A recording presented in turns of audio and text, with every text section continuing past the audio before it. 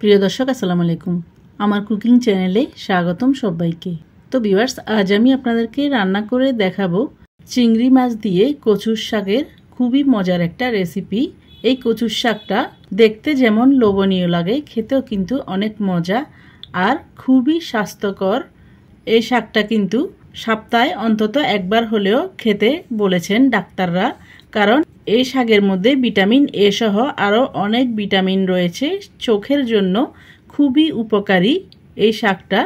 কচু শাক রান্না করার জন্য আমি প্রথমে চুলা একটা প্যান বসিয়ে হাফ কাপ পরিমাণ মুগ ডাল ভেজে নেব। এরপর মুগ ডালটা ভাজা হয়ে গেলে প্যানের মধ্যেই আমি দিয়ে দেব পানি। এতে করে ডালটা ভালো করে পরিষ্কার হয়ে যাবে আর খুব দ্রুত সেদ্ধ হবে। তো ভিউয়ার্স, দেখতে পাচ্ছেন কথা বলতে বলতে আমি পানি দিয়ে ভালো করে নেড়ে ছেড়ে ডালগুলোকে ধুয়ে একটা পাতিলে নিয়ে নিয়েছি, যে পাতিলে আমি ডালটা রান্না করব। এরপর দিয়ে দিয়েছি পানি। এখানে আমি অল্প পরিমাণে পানি দিয়েছি। এরপর দিয়ে দেব 5-6টার মতো রসুনের কোয়া কুচি করা। এরপর দিয়ে দেব 2টো পেঁয়াজ কুচি। এরপর দিয়ে দেব 1 টিস্পুন হলুদ গুঁড়া। এরপর দিয়ে দেব 1 টিস্পুন মরিচ গুঁড়া। দিয়ে দেব 1 টিস্পুন ধনিয়া গুঁড়া। এরপর দিয়ে দেব 1 টিস্পুন জিরার গুঁড়া। দিয়ে দেব হাফ টিস্পুন ভাজা গরম মশলা গুঁড়া। এই ভাজা গরম মশলা গুঁড়াটা আমি নিজের হাতে তৈরি করেছি, আমার চ্যানেলে দেওয়া আছে, চাইলে দেখে নিতে পারেন। এরপর দিয়ে দেব স্বাদ মতো লবণ। দিয়ে দেব 7-8টার মতো কাঁচামরিচ। কাঁচামরিচগুলোকে মাঝখান দিয়ে ফালি করে দিয়েছি। এরপর দিয়ে দেব 8-9টার মতো চিংড়ি মাছ মাঝারি সাইজের। এরপর আমি ঢেকে দিয়ে ডালগুলোকে সেদ্ধ করে নেব। ফিরে এলাম ডালটা সেদ্ধ হওয়ার পর।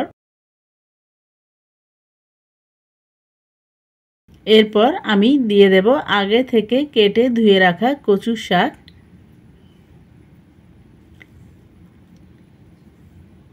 এরপর কচুর শাকটা দিয়ে আমি ঢেকে দিয়ে কচুর শাকটা একটু নিচের দিকে নরম হয়ে নেমে যাওয়ার জন্য অপেক্ষা করব।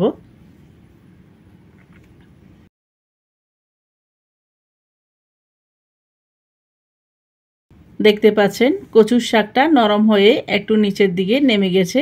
এরপর আমি শাকগুলাকে ভালো করে নেড়ে ছেড়ে উল্টিয়ে পাল্টিয়ে দেব, যাতে মশলা আর ডালের সাথে শাকগুলা ভালো করে মিক্স হয়ে যায়।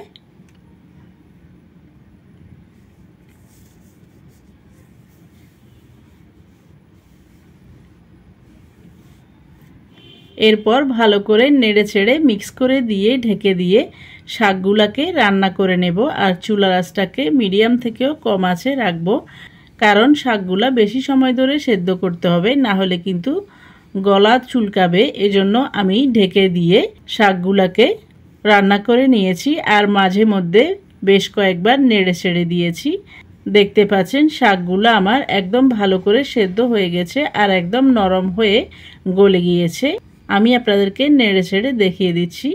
এরপর আমি ভালো করে মিক্স করে নিয়ে ঢেকে দিয়ে চুলার আঁচটাকে একদম নিবু নিবু আঁচে রেখে অপর চুলায় আমি বাগার তৈরি করে নেব।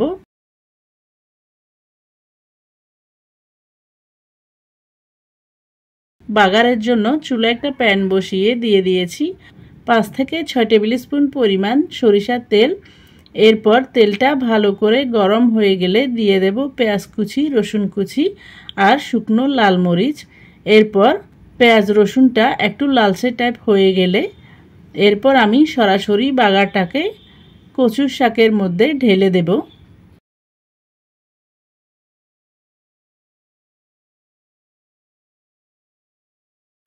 এরপর বাগারটাকে ঢেলে দিয়ে শাকের সাথে ভালো করে বাগারটাকে মিক্স করে নেব।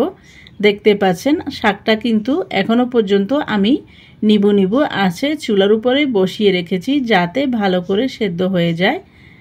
ভালো করে সেদ্ধ হয়ে গেলে কিন্তু গলা চুলকাবে না আর শাকটাও কিন্তু খুবই মজা হবে। তো ভিউয়ার্স, দেখতে পাচ্ছেন কথা বলতে বলতে আমি শাকগুলোকে ভালো করে মিক্স করে নিয়েছি। এরপর ঢেকে দিয়ে আমি শাকটাকে চুলা থেকে নামিয়ে নেব। তো ভিউয়ার্স, আপনাদের সবার কাছে অনুরোধ থাকবে, আমার আজকের এই ঘরোয়া উপকরণে সহজ পদ্ধতিতে কচু শাক রান্নার রেসিপিটি যদি ভালো লাগে তাহলে বাসা একবার হলেও ট্রাই করবেন। আর রেসিপিটি ট্রাই করলে কেমন হয়েছে কমেন্ট করে জানাবেন। আর এরকম আরও নতুন নতুন রেসিপি পেতে আর এরকম আরও নতুন নতুন সহজ রেসিপি পেতে আমার চ্যানেলটিকে সাবস্ক্রাইব করে শুরু থেকে শেষ পর্যন্ত আমার রেসিপির সাথে থাকার অনুরোধ রইল। তো ভিউয়ার্স, আবারও আমার রেসিপিটি ট্রাই করার অনুরোধ জানিয়ে আমার চ্যানেলকে লাইক, কমেন্ট, শেয়ার ও সাবস্ক্রাইব করার অনুরোধ জানিয়ে আজকের মতো এখানে বিদায় নিচ্ছি। আবার দেখা হবে নতুন কোনো ভিডিওতে নতুন কোনো রেসিপি নিয়ে। সেই পর্যন্ত সবাইকে আসসালামু আলাইকুম, আল্লাহ হাফেজ।